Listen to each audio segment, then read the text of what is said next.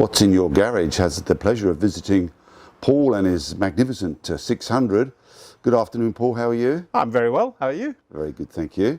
And Paul, how long have you been a member of the Mercedes-Benz Club New South Wales? Oh, Jesus. You need to check the records, but I'd say I've had this beast for close to 20 years, so it'll be close to 20 years. Oh, excellent. Okay. Well, longer than I have, so well done.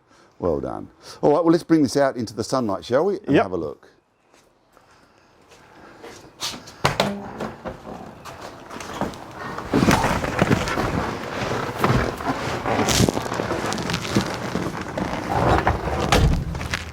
What a beautiful car. This is the 600.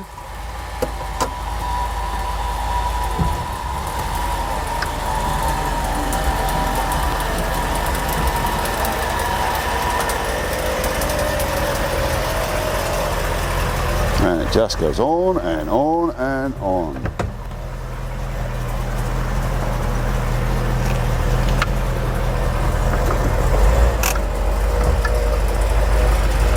We have to turn her off, please, Paul. Otherwise, we won't hear ourselves think. All right. Dear.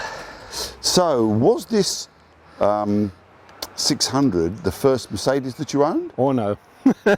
Oh, you go. I've had a few over the years, and the family's had them before, so I'm well used to the Mercedes brand. In fact, I grew up in the town where they make them.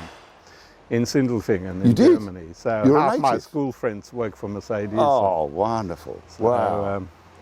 That's why I couldn't really avoid it. Well, you couldn't go around driving a VW, could you? No. So, do you remember what your first Merc was? My first Merc was a 300 TE 2.8. Right. Then I had a BMW. Then I had an S500L. Then I had another BMW, and then I had the SL55, which I still have. So you've had this from new? Yep. Wow. SL500, AMG, the R230, Series 1 with the double headlights. And you can probably see the sheen on this car. Guys, it's in perfect condition. It's got 45,000 on the clock. The headlights are as pristine as the day they came out of the Sindelfingen production line. But anyway, I digress. The 600. And then I had this one. Wow. In fact, when I bought this one, I had to have a family car, and I didn't think I should have two cars that were depreciating, so I thought I'd buy a classic. Well, that's at least how I convinced my wife that I needed one of those. And this is a beautiful colour. Do you know what the colour is? It's bronze metallic. Wow. It's what it's called. And with a is it a parchment interior? Yeah, parchment leather. It is. Yep. Oh, let's have a look inside because it's just. The leather's original, as you can probably tell. Yeah, well, there was a little bit of... Got a bit of wear on it after 50 years. 50 years, well, I suppose that's not looking too bad for 50 years, is it? Well, you know, it'll have to get done one day, but for now, the driver's seat is the one that's the most, shows the most wear, obviously. Sure. So here's the cockpit, so to speak, of the 600. It's one of the widest dashes that I can recall. The wood is just beautiful though.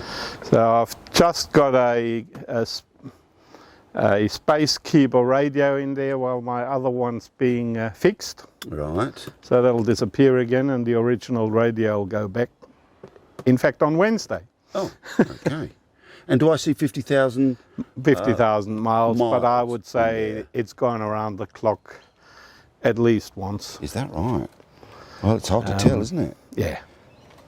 I mean, okay, you've got a little bit of wear and tear on the driver's seat, but otherwise, the rest of it's in beautiful condition.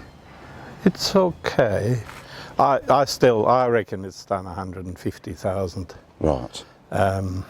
Which is nothing for the M100 motor, is it? No. Gently run in. Having said that, while Gently you're talking about the motor, we had a bit of a problem with oil in the water and water in the oil. Oh. And so we rebuilt the motor completely, only to find that after the motor was rebuilt, we still had the same problem. And it turned out to be the water pump. Oops, I washed it. Fair enough. The water pump thing in the front. So completely rebuilt engine. Oh, Done about 1,000 K since. And we did everything. You know, big end bearings, we did the gearbox.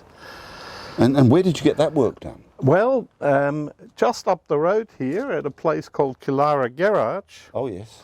where one of the mechanics used to work for, who's about my age, used to work on these when they first came out in the 70s and 60s at the Mercedes dealer down in Sutherland, I think, the one that went broke down there years ago, or shut up shop, whatever.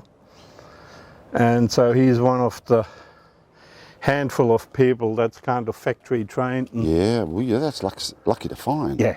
Well done. So at the moment, I've just had the steering rack seals redone. I went to Germany's Classic Center and spent a mere 800 euros to get a seal set. Because after 50 years, all the seals had dried up to a point where it was all grunting and groaning. Yes, it wouldn't matter how much you used it; they'd perish after. Yeah. No, it's Bit of wear and tear. but most people also don't use these enough. The worst thing you Right. can do with a grosser is have it sit. Yeah, let it sit. You know, so Do these not normally have a pad underneath here? I don't know. But since I bought it, it didn't have anything there. Right. Doesn't look like it has a pad, does it? No. So I don't honestly know. I have never checked because I haven't had an issue that you can hear a lot inside anyway. Right. You know, it's a fairly well insulated cabin. In fact, my biggest issue these days is I think I'll need a new windscreen at some stage because this one is so pockmarked.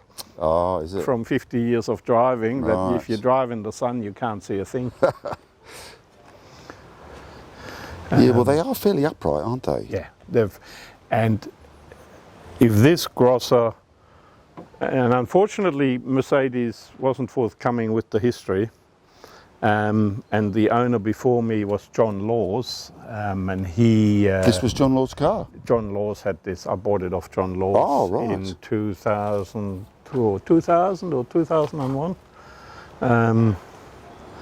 You know, he auctions off 30 or so cars out of his stable every few years. Right. And I saw that. And I bought it. Can you get much junk in the trunk?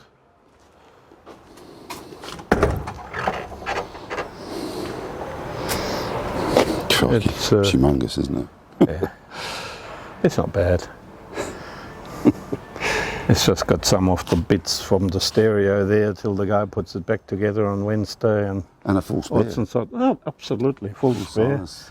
And I need the wheel nuts for that back there somewhere. Right. But yeah, Magnificent. and I must leave it here. Sure. Just Shuts with a clunk. It's a beautiful design, isn't it? Do you know? it's a beautiful car. It's I call them the Dream Team. The Dream Team put this together. Yeah.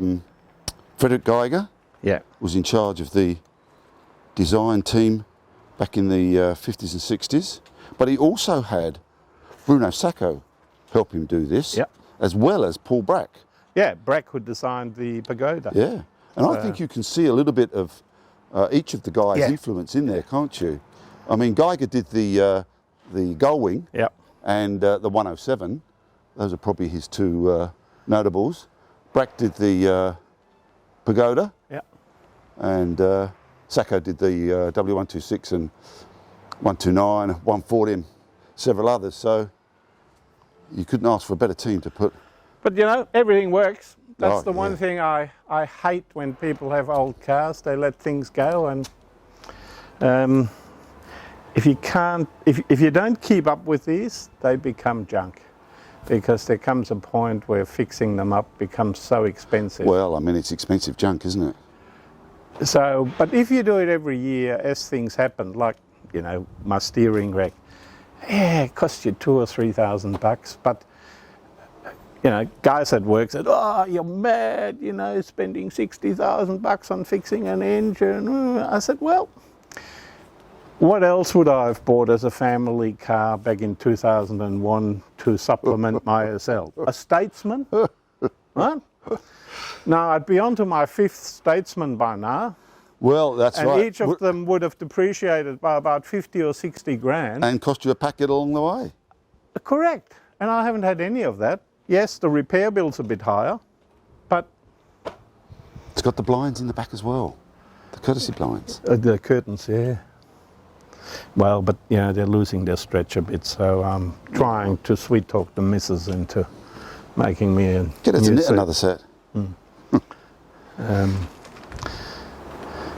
There's, And look, there's always, cruising down the highway. oh, she just floats along. Yeah. I mean, we took her up to the Hydro Majestic, and Oh, it was that's just right, an yes, that's effortless run. That's where I was. Just could sit on 100, 110 all day. Well, I mean, they're built for the Autobahn, weren't they? So Yeah. That's what no one understands. They were built to do 200 Ks and still stop and still handle, because of course they were designed for heads of state and yes, that's right. people who might have to get away from assassins. So Well- they're actually a remarkable performance Yeah. vehicle when you think about the fact that, you know, it's well over 2.5 tons, I think. Yes. So the only penalty is, geez, it likes a drink. Yeah, well. I must compliment you on the wheels, though, Paul. I know they're not the original wheels, but, geez, they look great on this, don't they? They actually rounded out proportion-wise Right. quite nicely, I thought. Oh, Yeah. I think so, too. They really do. Yeah. Well, I happen to have a set of those wheels on my S500.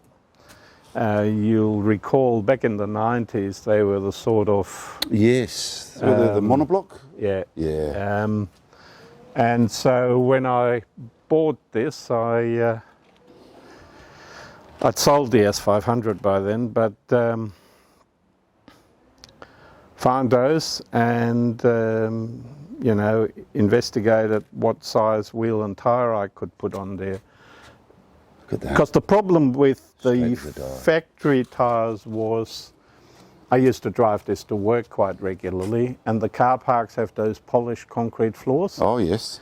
Well, I'd turn the steering wheel and she'd keep going straight.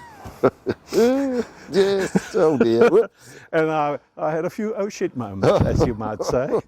Yes, And so I I can said, not very good.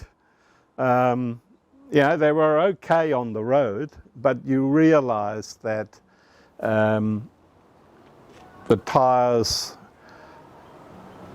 were probably the best you could get 50 years ago in terms of size and proportion. Yeah. But nowadays it's moved on a bit. And I feel a lot safer. She certainly stops beautifully with it as well. So pull up. Let's just have one last look in there. Absolutely. I love the steering wheel and the boss. Well, there. you know, it's all And adjustable. the smell too. And the upright dials in there.